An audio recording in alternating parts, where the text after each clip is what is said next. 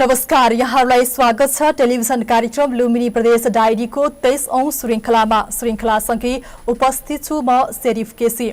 लुम्बिनी प्रदेशभित्रका विभिन्न गतिविधिहरूलाई समावेश गरिएको टेलिभिजन कार्यक्रम लुम्बिनी प्रदेश डायरी लुम्बिनी प्रदेश सरकार आन्तरिक मामिला तथा कानून मन्त्रालयको सहकार्यमा तयार पारिएको कार्यक्रम हो। सामुदायिक टेलिभिजन बुद्ध आवाज कपिल वस्तुद्वारा उत्पादित कार्यक्रम तपाईले कपिल वस्तुको बुद्ध आवाज टेलिभिजन सहित रूपन्देहीका बुद्ध सामुदायिक टेलिभिजन, लुम्बिनी टेलिभिजन र राज्य टेलिभिजन गरी 4 वटा टेलिभिजनबाट हरेक हप्ताको सोमबार र बिहीबार राति 8:30 बजेबाट 9 बजेसम्म हेर्दै आइरहनु भएको छ।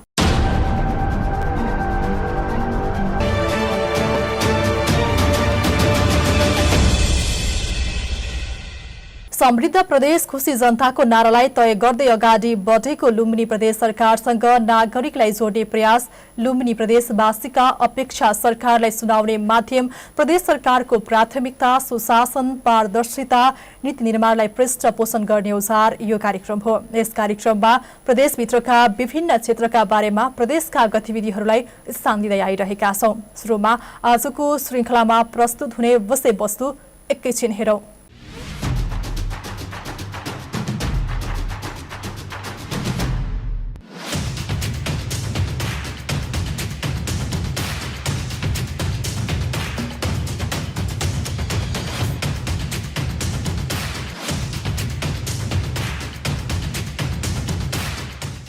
कार्यक्षेत्रभित्र रहेर आफ्नो सीमित बजेट र कार्यक्रमभित्र रहेर यिनीहरूलाई चाहिँ प्रभावकारी रूपमा अगाडि बढाउन हामी दत्तचित्त छौँ। कक्षा कोठामा टेलिभिजनहरू राखेर अलि व्यवस्थित गर्ने, मोडर्नाइज किसिमले अलि सोफिस्टिकेट टेक्नोलोजीहरू एडप्ट गरेर पढाउने। गएको श्रृङ्खलामा ट्राफिक जनचेतना वृद्धि गर्नका लागि लुम्बिनी प्रदेशमा भएका काम तथा आगामी योजनाका विषयमा कार्यक्रम तयार पारेका थियौं। आज हामीले प्रदेश सरकारले विद्यालय पूर्वाधार तथा शिक्षाको गुणस्तर वृद्धि गर्नका लागि के कस्तो कामहरू गर्दै आइरहेको छ भन्ने विषयमा आजको श्रृङ्खलामा स्थान दिएका छौं, जसमा पहिलो स्तम्भ रहेको छ प्रदेश गतिविधि, त्यसैगरी भलाकुसारी स्तम्भ, विशेष टेलिभिजन रिपोर्ट र महत्त्वपूर्ण सन्देश समेट्दै जानेछौं।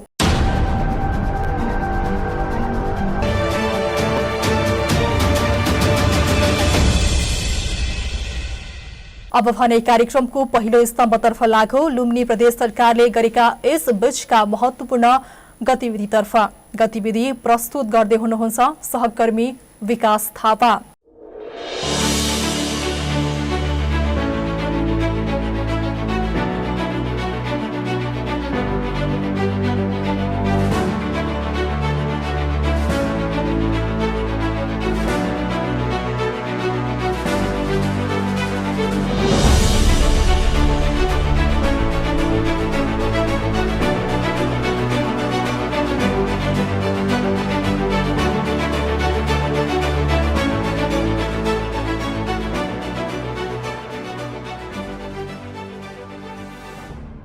लुम्बिनी प्रदेश सरकारले सन् 2030 सम्म बाल विवाह अन्त्य गर्ने लक्ष्यसहित रणनैतिक कार्ययोजनाको मस्यौदा तयार पारेको छ।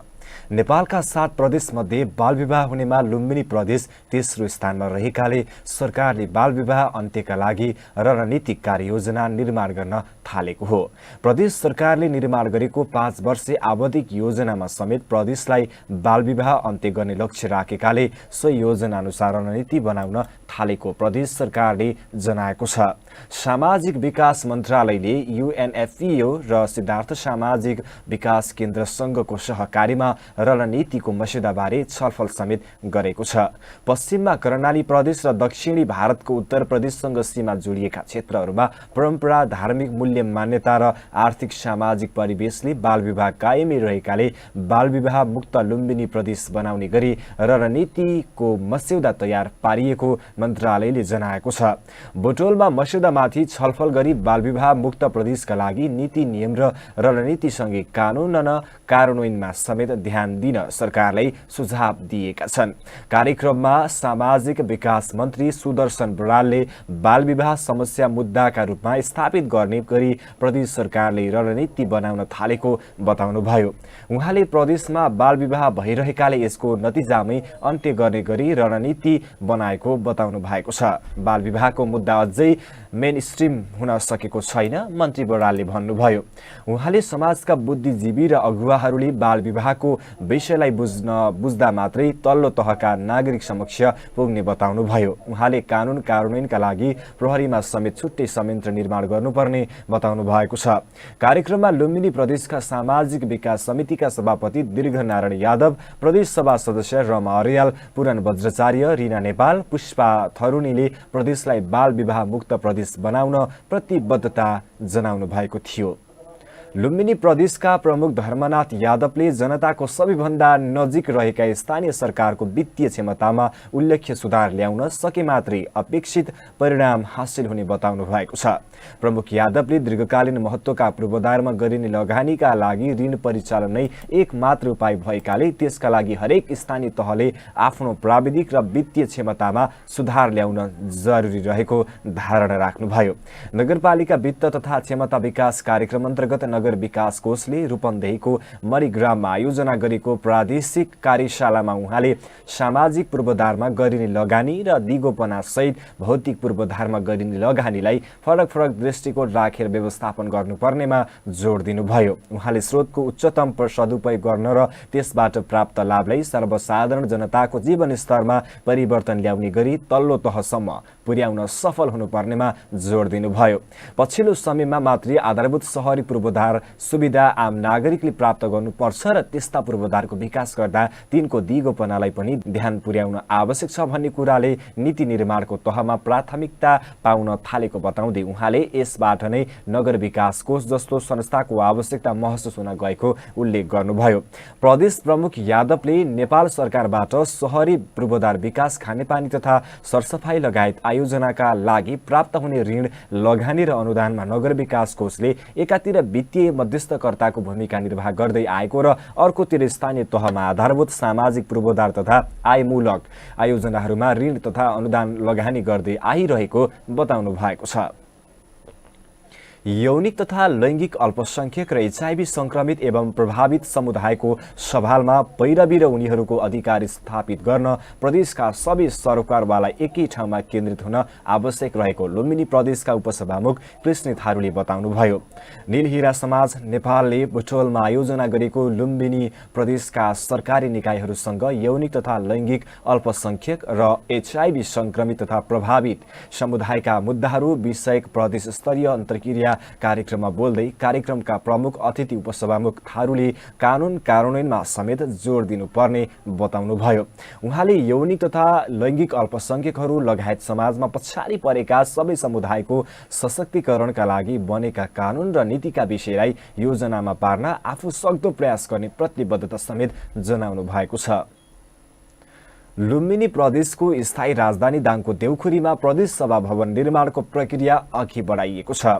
6 करोडको लागतमा प्रदेश पूर्वाधार प्राधिकरणले केही वर्षका लागि मात्र उपयोगमा आउने गरी प्रदेश सभाको अस्थायी संरचना बनाउन लागेको हो। प्राधिकरणका प्रमुख कार्यकारी अधिकृत ध्रुव मजगैयाले दीर्घकालको लागि नभई केही वर्षका लागि मात्र ट्रस्ट सहितको भवन बनाउन थालिएको बताउनु भएको छ। भवन निर्माणको लागि प्राधिकरणले टेन्डर प्रक्रिया अघि बढाएको छ।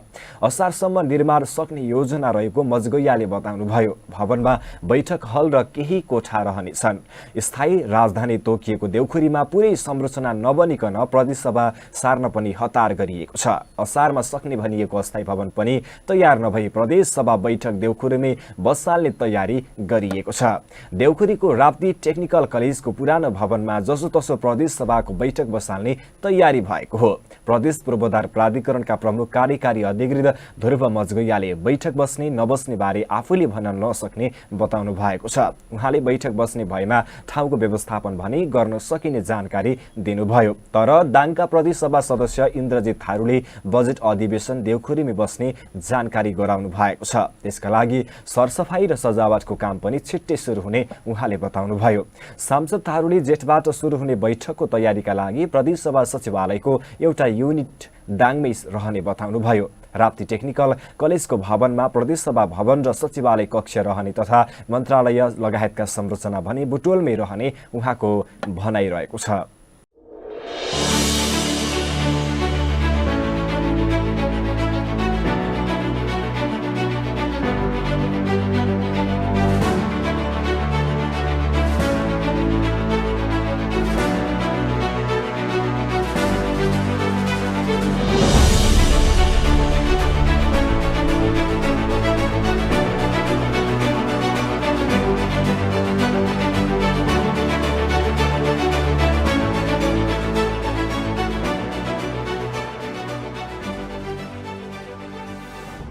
लुम्बिनी प्रदेशका विभिन्न गतिविधिहरूलाई समावेश गरिएको टेलिभिजन कार्यक्रम लुम्बिनी प्रदेश डायरी लुम्बिनी प्रदेश सरकार आन्तरिक मामिला तथा कानून मन्त्रालयको सहकार्यमा तयार पारिएको हो। गतिविधिपछि अब प्रस्तुत गर्दैछौं भलाकुसारी स्तम्भ। आज हामीले सामाजिक विकास मन्त्रालयका उच्च शिक्षा महाशाखाका प्रमुख टीकाराम अर्यालसँग भलाकुसारी गरेका छौं। अब एकैछिन उहाँसँग गरिएको भलाकुसारी हेरौं।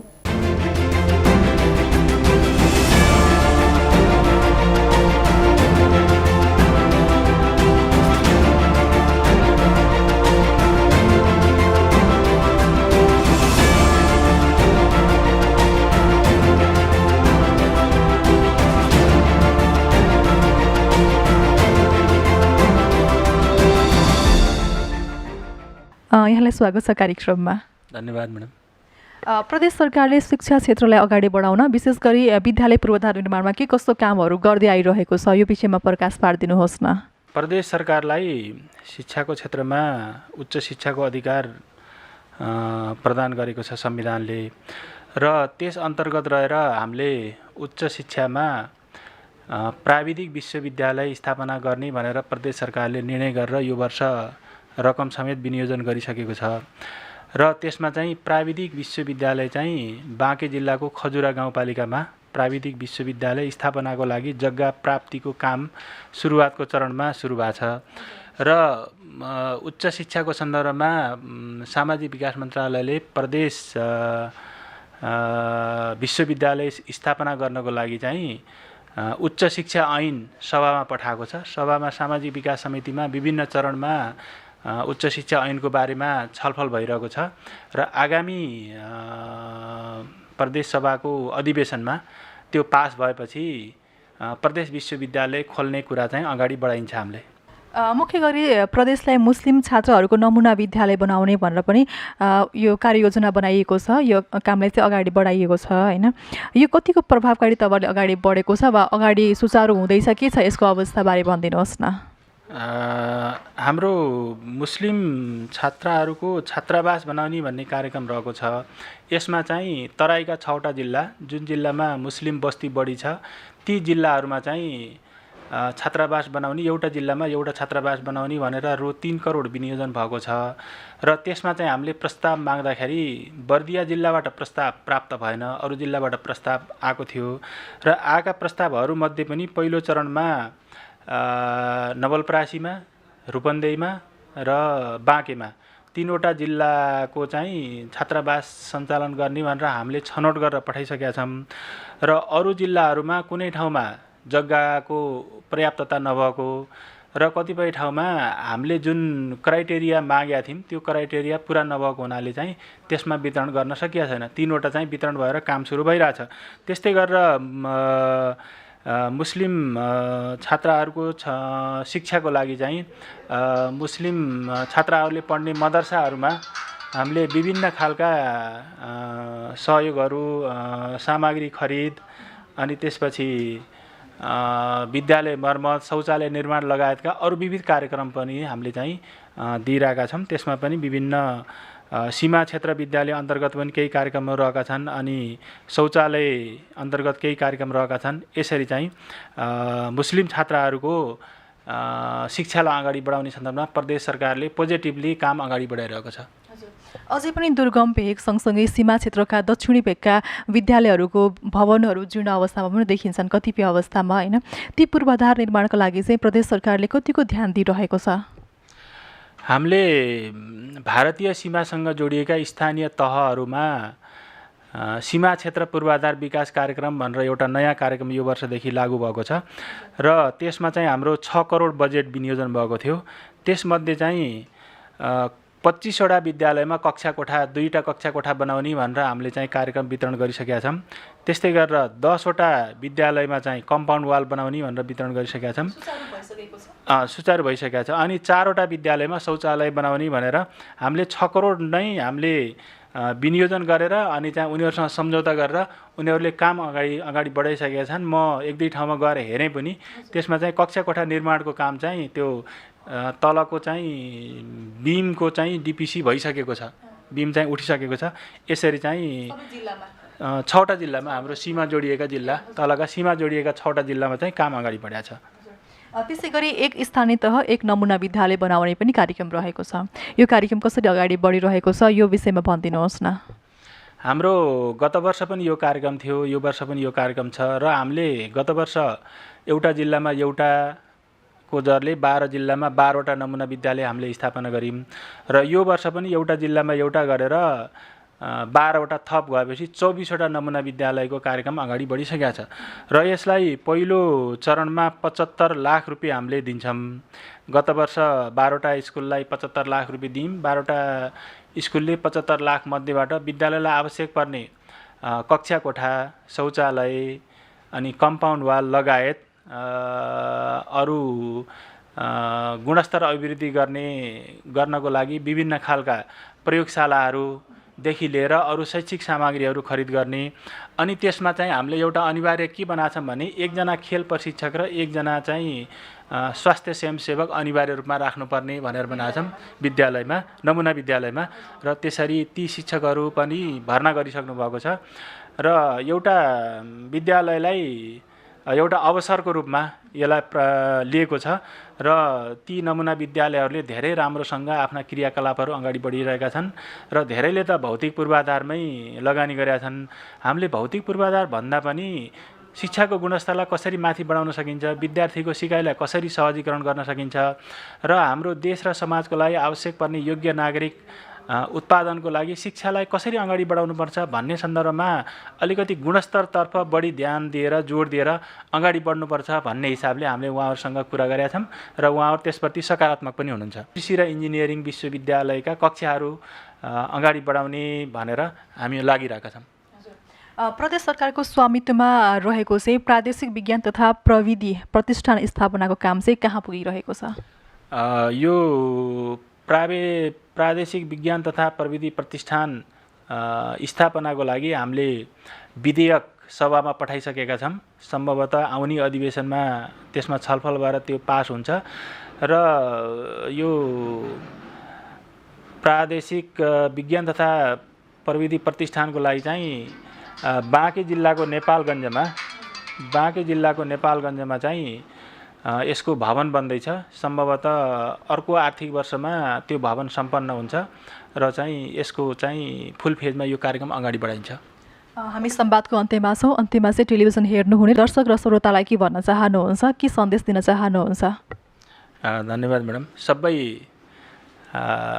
दर्शकहरूलाई म हार्दिक स्वागत गर्न चाहन्छु। हाम्रो कार्यक्रम सुनिदिनु भयो यसको लागि धन्यवाद पनि दिन चाहन्छु र प्रदेश सरकारले शिक्षाको क्षेत्रमा हामीलाई दिएको अधिकार उच्च शिक्षाको अधिकार हो। उच्च शिक्षाको अधिकार अन्तर्गत रहेर हामीले प्रदेशको प्राविधिक विश्वविद्यालय बनाउने सन्दर्भमा हामी धेरै अगाडि बढिसकेका छौँ। सम्भवतः यो आर्थिक वर्ष अथवा अर्को आर्थिक वर्षमा प्रदेश विश्वविद्यालय स्थापना हुन्छ र त्योदेखि बाहेक नमुना विद्यालयको रूपमा, प्राविधिक विद्यालयलाई सहयोग गर्ने रूपमा, गृहिणी विद्यालयहरूलाई सहयोग गर्ने रूपमा, विशेष विद्यालयलाई सहयोग गर्ने रूपमा, धार्मिक विद्यालयलाई सहयोग गर्ने रूपमा, कुनै न कुनै रूपमा चाहिँ हाम्रा विद्यालयहरूको शैक्षिक गुणस्तर अभिवृद्धिमा प्रदेश सरकारले सहयोग गर्नुपर्छ भन्ने कुरामा चाहिँ प्रदेश सरकार प्रतिबद्ध छ।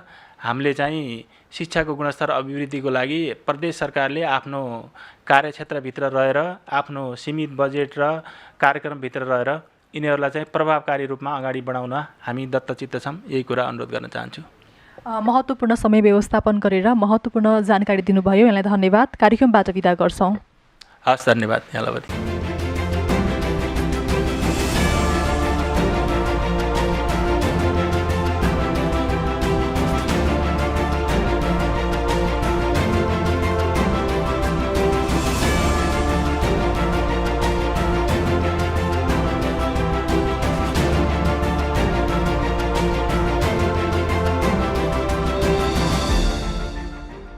समृद्ध प्रदेश खुशी जनताको नारालाई तय गर्दै अगाडि बढेको लुम्बिनी प्रदेश सरकारसँग नागरिकलाई जोड्ने प्रयास, लुम्बिनी प्रदेशवासीका अपेक्षा सरकारलाई सुनाउने माध्यम, प्रदेश सरकारको प्राथमिकता सुशासन, पारदर्शिता, नीति निर्माणलाई पृष्ठपोषण गर्ने औजार यो कार्यक्रम हो।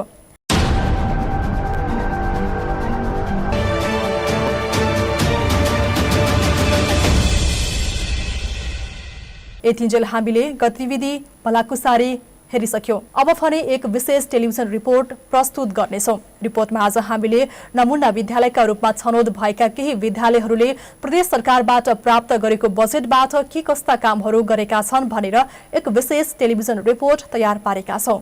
रिपोर्ट प्रस्तुत गर्दै हुनुहुन्छ सहकर्मी सरिता थारू।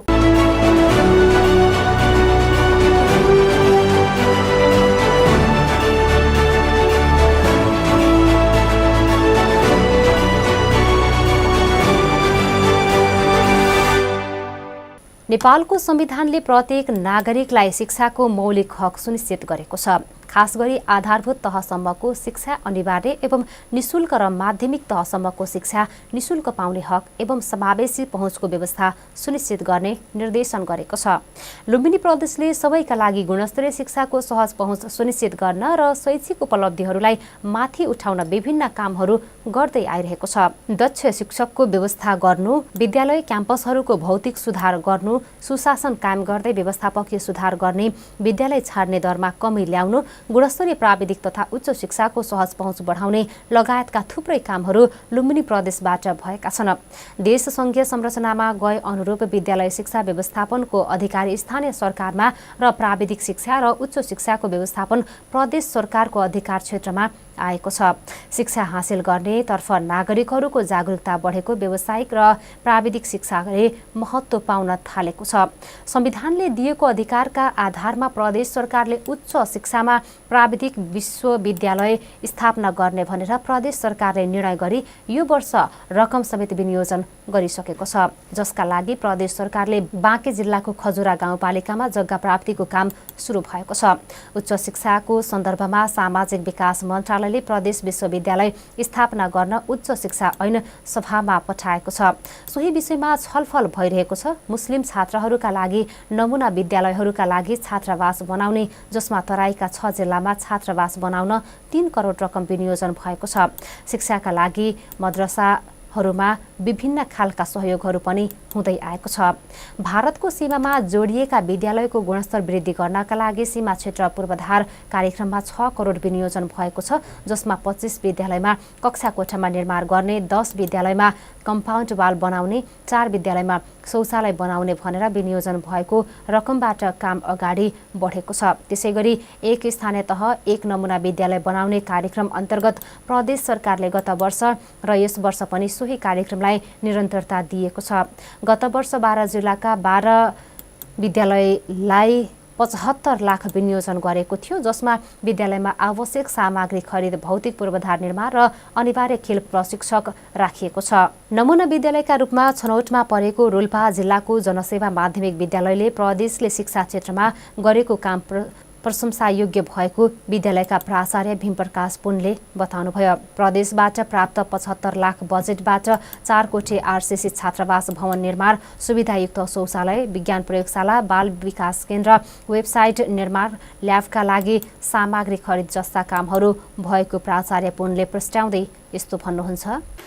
4 कोठे आरसीसी छात्रावास भवन निर्माण गर्यो, जसको लागत मूल्य थियो हाम्रो 25 लाख रुपियाँ त्यहाँ खर्च गरेका थियौँ। त्यस्तै सुविधायुक्त शौचालय भवन एउटा बनाएका थियौँ, त्यो 14 कोठाको छ। त्यसमा 18,75,000 हाम्रो खर्च भएको थियो, विनियोजन भएको थियो। त्यस्तै विद्यालय विज्ञान प्रयोगशाला साइन्स ल्याबमा हामीले 19,50,000 खर्च गऱ्यौँ। त्यस्तै विद्यालय सुधार योजना निर्माण, गृह योजना निर्माणको लागि रु 1 लाख, बाल विकास केन्द्रको लागि इसिटीहरूको लागि मेटेरियल खरिदमा इन्डोर आउटडोर सामग्री खरिद गर्नु थियो रु 5 लाखको। त्यस्तै विद्यालयको वेबसाइट पनि हामीले निर्माण गऱ्यौँ, रु 1 लाख त्यसमा खर्च गऱ्यौँ। र विद्यालयको बगैँचा निर्माण र घेरबारको लागि रु 9,50,000 खर्च भएको थियो। त्यस्तै बाँकी रु 4 लाख रुपियाँ हामीले कम्प्युटर सामग्री कम्प्युटर ल्याबको लागि कम्प्युटर सामग्री खरिद गरेर 93,75,000 खर्च रकम बजेट बढाइदिएमा हामीले गुरु योजना मार्फत बनाएको गुरु योजना मार्फत थुप्रै कार्यक्रमहरू गर्न बाँकी छ। त्यसको लागि प्रदेश सरकारले यो नमुना विद्यालय विकास कार्यक्रमको बजेट चाहिँ अलिक बढाइदिनको लागि म अनुरोध गर्छु। यस्तै नवीन औद्योगिक कदर बहादुर रेता माविका प्रेम बहादुर बस्नेतले कम्प्युटर खरिद, 9 कोठे भवन निर्माण, सीसी क्यामेरा जडान, खेलकुद सामग्री खरिद, हेल्थ च्याम्बर निर्माण र खेलकुद प्रशिक्षकका साथै स्टाफ नर्सको व्यवस्था गरेको विद्यालयका बस्नेतले बताउनुभयो। प्रदेश सरकारले शिक्षाको गुणस्तर वृद्धिका लागि ल्याएका योजनाहरू प्रभावकारी भएको औँल्याउँदै भन्नुभयो। कक्षा कोठा त्यसपछि स्टाफ रुम बनाएका छौँ, लगभग 55 लाख खर्च भएको छ।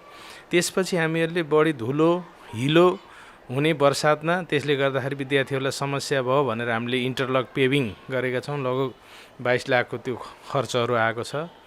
त्यसपछि विद्यार्थीहरू हामीहरूको नेपाल सरकारको नीति कक्षा 6 देखि कम्प्युटर सिकाउने छ, तर हामीहरूले 4 देखि नै सुरु गरेका छौँ र विद्यार्थीहरूको चाप अनुसार समस्या भयो भनेर 30 सेट कम्प्युटर हामीले खरिद गरेर राखिसकेका छौँ। यहाँले देखाइसकेँ मैले। त्यो हामी अब 10-12 दिनभित्रमा यता सिफ्ट गर्दैछौँ, जुन ठाउँ पनि यहाँहरूले देखिसक्नुभयो। त्यसपछि त्यसलाई लगभग 16 लाख जति खर्च भएको छ। त्यसपछि आइसिटीको लागि प्रोजेक्टरहरू खरिद गरिएको छ र अब हामीहरूले लगभग 3 लाख जतिमा सीसी क्यामेराहरू जुन देख्नुभयो त्यो पनि विस्तार गरेर लगभग 90 लाखको कार्यक्रम हो। अर्को स्टाफ नर्स र खेलकुद प्रशिक्षकको च्याम्बरहरू पनि यहाँले देख्नुभयो, त्यो कार्यक्रमहरू अन्तर्गत हो। अहिले हामीहरूले फेरि 25 लाख प्रदेश सरकारले दिएको छ। हामीहरूले लगभग 20 लाखको 16 लाख प्रदेश सरकारको, 4 लाख हामीहरूको गरेर होस्टेल निर्माण गर्ने सोचमा योजना बनाएका छौँ, अब तयारी गर्दैछौँ।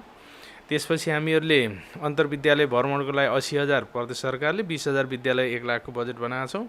त्यसपछि अब कक्षा कोठामा टेलिभिजनहरू राखेर अलि व्यवस्थित गर्ने, मोडर्नाइज किसिमले अलि सोफिस्टिकेट टेक्नोलोजीहरू एडप्ट गरेर पढाउने भनेर हामीले कार्पेटिङहरू देख्नुभयो। त्यसमा हामी टिभी पनि राख्दैछौँ, त्यसको लागि कोटेसनहरू ल्याउने काम भइरहेको छ।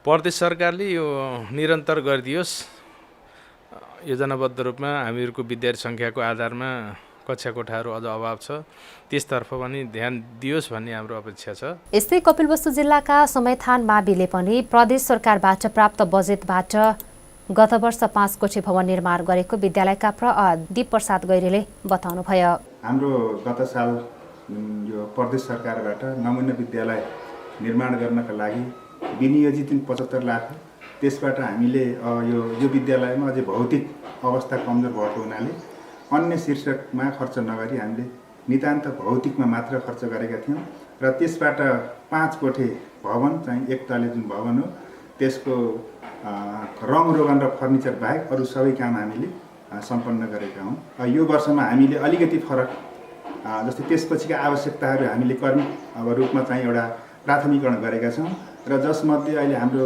कक्षा 1 देखि 3 सम्मको कक्षालाई चाहिँ एउटा स्मार्ट क्लास बनाउनका लागि, कक्षा बनाउनका लागि एउटा बालमैत्री जुन कक्षा व्यवस्थापनका लागि त्यसमा अलि धेरै रकम छुट्याउने र त्यसपछि अब विद्यार्थीहरूलाई चाहिँ भित्री चाहिँ बसेर कम्तीमा 40 जना विद्यार्थी एकैपटक चाहिँ खाजा खान मिल्ने गरी एउटा चमेना गृहको पनि अति आवश्यकता भएको हुनाले त्यसमा चाहिँ काम गर्ने र अरू त्यो बाँकी रहेको जुन भवन, त्यो पहिले चाहिँ बनेको जुन भवन थियो त्यो सम्पन्न भएको थिएन, त्यसमा फर्निचर र रङरोगन बाँकी थियो र बालमैत्री कक्षामा पनि रङरोगन गर्नुपर्ने, मर्मत गर्नुपर्ने बाँकी थियो। त्यो कार्य चाहिँ हामीले गर्दैछौँ। अब प्रदेशबाट विनियोजित भएको छ, अझै रकम चाहिँ निकासा भएको छैन। अब हामी चाहिँ यो प्रविधि मैत्री चाहिँ कक्षा व्यवस्थापन गर्नका लागि आगामी वर्षमा ती प्राथमिकताहरूलाई हामीले ती कार्यहरूलाई प्राथमिकता दिएका छौँ। त्यसबाट हामीले प्रदेशबाट चाहिँ सहयोगको अपेक्षा गरेका छौँ। यता अन्य विद्यालयमा पनि 2076-77मा छनौट भएका नमुना विद्यालयहरू पनि बजेट विनियोजन भएको थियो। त्यसैगरी प्रदेश सरकारले शिक्षाको गुणस्तर कसरी माथि उठाउन सकिन्छ, विद्यार्थीको सिकाइलाई कसरी सहजीकरण गर्न सकिन्छ भन्ने अभिप्रायले देश र समाजका लागि आवश्यक पर्ने जनशक्ति उत्पादनका लागि शिक्षालाई अगाडि बढाउने उद्देश्यका साथ प्रदेश सरकार अगाडि बढिरहेको छ। प्रदेश सरकारले प्राप्त अधिकार अन्तर्गत विश्वविद्यालय बनाउने अगाडि अगाडि बढिसकेको छ। यसै गरी नमुना विद्यालय, प्राविधिक विद्यालय, गृहिणी विद्यालय, विशेष विद्यालय, धार्मिक विद्यालय लगायतका विद्यालयको शैक्षिक गुणस्तरका लागि प्रदेश सरकारले सहयोगका लागि प्रदेश सरकार प्रतिबद्ध रहेको छ।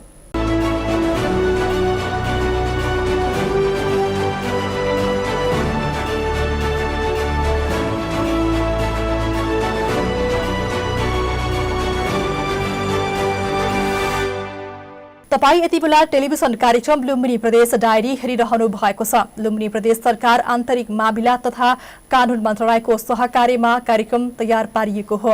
अब भने आजको श्रृङ्खलाबाट विदा हुने समय भएको छ। कार्यक्रमबाट विदा हुनु पूर्व एकैछिन महत्त्वपूर्ण सामाजिक सन्देश हेरौं। कस्तो जाम पो रहेछ नि हेर न, कहिले खोल्नु यो जाम? यहाँ म लान्छु पेटीबाट। ल ल ल ल कहाँ जाने भने पेटीबाट? मान्छे हिँड्ने ठाउँबाट पनि जान्छन् र भने कति पर्खनु हेर न, यस्तो जाम छ। कस्तो कुरो गर्नुहुन्छ तपाईँ? आफ्नो पालो त पर्खनु पर्छ क्या। एकछिन ढिला भएर के हुन्छ त? हामीलाई मात्र हो र? एकछिनमा खुलिहाल्छ नि। ट्राफिक नियम पालना गरौँ। अनुरोधक प्रदेश ट्राफिक प्रहरी कार्यालय बुटवल। आजको श्रृङ्खलामा रहेर हामीले प्रदेश सरकारले गरेका महत्त्वपूर्ण गतिविधि, भलाकुसारी, टेलिभिजन रिपोर्ट र महत्त्वपूर्ण सन्देश हेर्यो। कार्यक्रम समग्रमा कस्तो लाग्यो? केही सल्लाह सुझाव अनि प्रतिक्रिया भए टेलिभिजनको स्क्रिनमा देखेको ठेगानामा पठाउन सक्नुहुन्छ वा तपाईँले हेरिरहनु भएको नजिकैको टेलिभिजनमा सम्पर्क गरी कार्यक्रम सम्बन्धी सल्लाह सुझावहरू राख्न सक्नुहुन्छ। तपाईँ हाम्रो भेट भने कार्यक्रमको 24औं श्रृङ्खलामा हुनेछ। कार्यक्रम सम्पादनमा साथ दिनुहुने लक्ष्मण सापकोटा र योगेश पाठकलाई धन्यवाद भन्दै आजको यो श्रृङ्खलाबाट म शेरिफ केसी बिदा हुन्छु। हवस् त, नमस्कार।